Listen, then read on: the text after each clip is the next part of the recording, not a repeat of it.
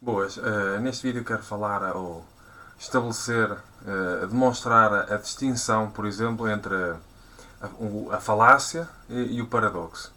Começando por dar o significado de falácia. Falácia vem de falere, do latim, que significa enganar.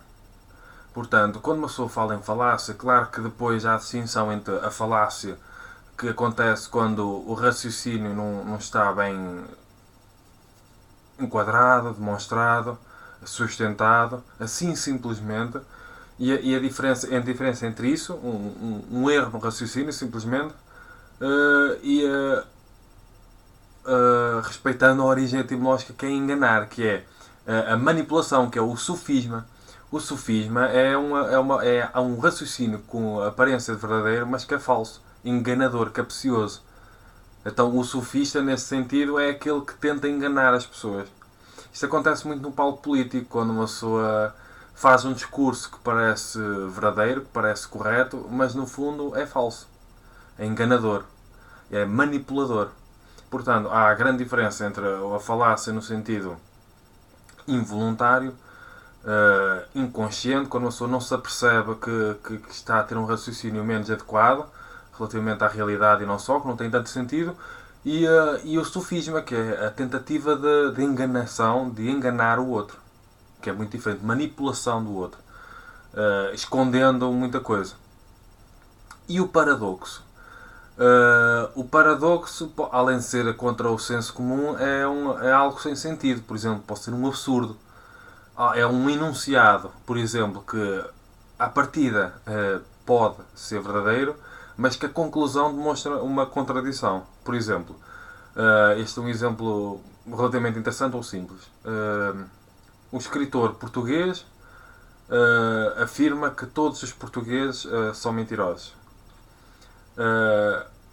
Se uma pessoa for analisar, o escritor português afirma que, ou então, X, pessoa X, que depois vai saber que é português, afirma que todos os portugueses são mentirosos. Uma pessoa assumindo que acreditando que todos os portugueses são, à partida, colocando a hipótese de todos os portugueses serem mentirosos, se uma pessoa for a ver depois na conclusão, no final das contas, essa pessoa que afirma isso é portuguesa. Portanto, sendo verdade que todas as pessoas, que todos os portugueses e portuguesas são mentirosos, e essa pessoa é portuguesa, então ela também terá de ser mentirosa. Mas se ela for mentirosa, onde é que está a verdade daquilo que ela está a afirmar? Claro que depois à verdade opõe-se o engano, o erro, e à veracidade opõe-se a mentira. Mas isto é um exemplo de um paradoxo. Sendo verdade que todos os portugueses são mentirosos, a pessoa que está a falar isso é portuguesa, portanto, sendo verdade, ela também terá de ser mentirosa. E se ela for mentirosa, poderá não ser verdade aquilo que está a ser dito, que todos os portugueses são mentirosos. Vocês estão a compreender?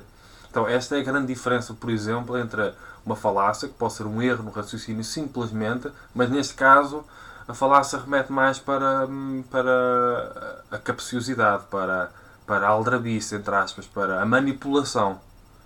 Por isso é que acontece com muita frequência no palco político, ou quando alguém pretende atingir determinados objetivos, em concreto, usando um discurso manipulador, enganador. Algo que parece verdadeiro, mas que vai saber é falso. Claro que, neste caso, o paradoxo demonstra um absurdo, não é necessariamente a tentativa de enganar alguém, é simplesmente, com a conclusão percebe-se que há uma contradição. Que é diferente da atividade, da prática, da falácia, do sofisma, o sofista.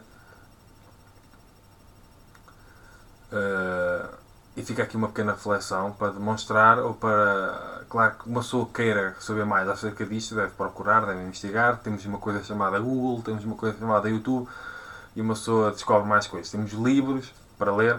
Isto é só um pequeno vídeo para dar a conhecer, ou para demonstrar mais ou menos a diferença entre falácia